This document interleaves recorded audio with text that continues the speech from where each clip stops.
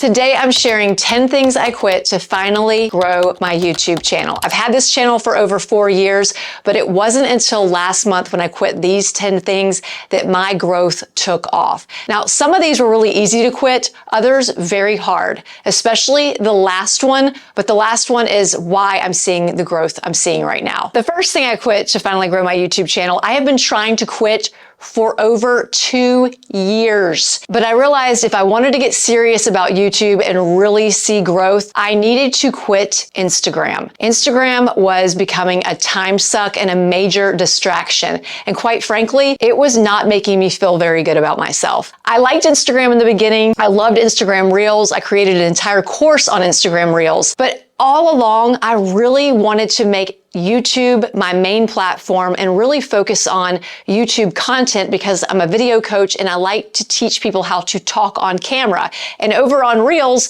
people are now making like 3-second videos and telling people to go read the caption. I didn't like it. Plus, I felt like I was never doing enough to maintain what I was supposed to do over there to keep my reach up. The rules kept changing. I kept getting people copying my account and my content. It wasn't worth it. When I finally quit Instagram, it was like a weight was lifted off my shoulders. I'm not saying I'll never go back to Instagram, but if you really want to grow your YouTube channel, it's going to be a lot harder if you are spreading yourself thin, concentrating on other platforms. This next thing I quit to finally grow my channel wasn't hard at all because it really stressed me out. And that was always posting on the same day at the same time because that's what my analytics said to do. This is when all of your people are on, you gotta post then. The problem with that is you put a deadline on yourself like that and now all week you're stressing about that certain day and making sure you get that content up at that certain time. And what it did was shut me down. It would stress me out and I'm like, oh, missed my deadline. And then I just wouldn't post at all. And that turned into me taking a 6-month break from YouTube. So when I came back, I was like, I am not figuring out exactly what I'm supposed to post. I'm just gonna make the video and post when I want to. And to this day, that is what I do. Even YouTube says it really doesn't matter that much unless it's something that's super timely and your audience needs to see it that day for some reason. This next thing I quit, I'm still working on quitting. In fact, I had a client today say I was still doing it in my last video.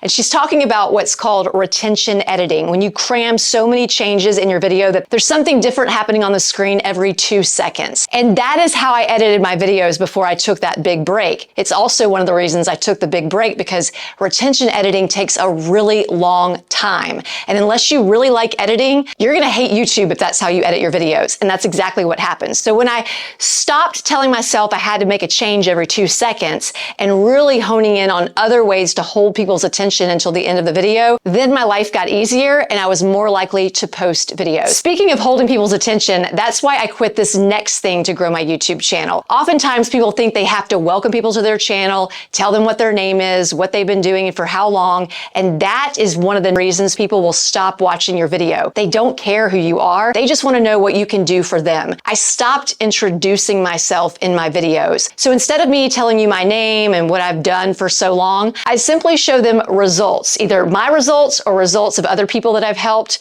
so that people know that the information I'm about to give them actually does work. And once you start helping people, then they start caring about who you are and they can find your name on your channel. This next thing I quit played a huge role in my growth on YouTube because I wanted to show up not just when people were searching for a certain topic. I wanted my videos to start showing up on the homepage when they open the app or over off to the side on the recommendations while they were watching a current video. When you can do that, you're going to grow a lot faster. If you're simply only relying on getting discovered in search, that's a very slow way to grow. So what I stopped doing was just focusing on keywords that would get me found in search. Instead, I started focusing on making thumbnails and titles that would get people to feel something and get them curious enough to click on my video, even if they weren't searching for the topic of that video. The way you know this is working is when you go to look at the traffic source to see where people found your video, the #1 place should be the homepage, because now you know you're not having to wait for someone to search that specific keyword and then happen to be your video that pops up before they see your video. Now you can pop up on the homepage, recommendations, and in search. On the flip side, I had to stop doing this next thing to grow. If you do this, you're never going to figure out what your ideal viewer really wants to watch, and you will not get views on your videos. Posting whatever you feel like posting, or posting something that you just know your viewer is gonna love without doing any research. This happens all the time. People think they have this amazing idea, but they don't take the time to see if it's actually something that people would care enough about to watch. So instead of just saying, oh, this is a great idea, you need to go research that topic or research videos similar to that to see if it was a good idea, if it got views, or if there's a different way you could title that video so that it does grab people's attention and get them wanting to watch. This video is also a good example of the next thing I quit. Waiting for the perfect time to make your video. I can't tell you how many times I didn't have a quiet space in my house to record a video, so I didn't record a video. Or I didn't like my hair that day, so I didn't record a video. Instead, I just say, you know what? I'll just go record it in my car. Or so what if I'm having a bad hair day? They're not gonna notice. I'm just gonna record it anyway. Or so what that I have to catch a plane in 2 hours and I haven't packed yet? I'm going to record anyway. When I stopped focusing on this perfect time and location thing, I started creating videos and they actually became more interesting because I wasn't always in the same place, or I wasn't trying to make it so perfect that I looked robotic on camera. Now that brings me to the next thing that I quit, but technically I'm still working on. I am trying not to be so over the top. So this applies to a lot of different areas of the YouTube creation process. I am trying not to be as over the top in my thumbnails. I realize that's not really necessary to grab the attention of my ideal viewer. In fact, it could turn them off. I know it turns me off when I see or all the time. It feels so weird to make those thumbnails. So instead, I just smile, or I get a screenshot of the video itself. But I'm trying just to look like my normal self. I'm also trying not to be so over the top in my delivery. And I know I am a work in progress. Y'all keep reminding me in my comments, and I appreciate it when you do it in a nice way. I'm loud, and I'm a former news anchor, so I'm trying to untrain myself, and I'm also trying not to be so over the top in my editing. I'm realizing if I would just create videos like the videos I like to watch, this whole process could be so much easier. I don't watch videos of people who are over the top and flashing up something on the screen every 2 seconds. I don't watch a lot of videos of people yelling at the camera. Not that I think I have to yell at the camera. I just am a loud person. I don't know, my dad was loud.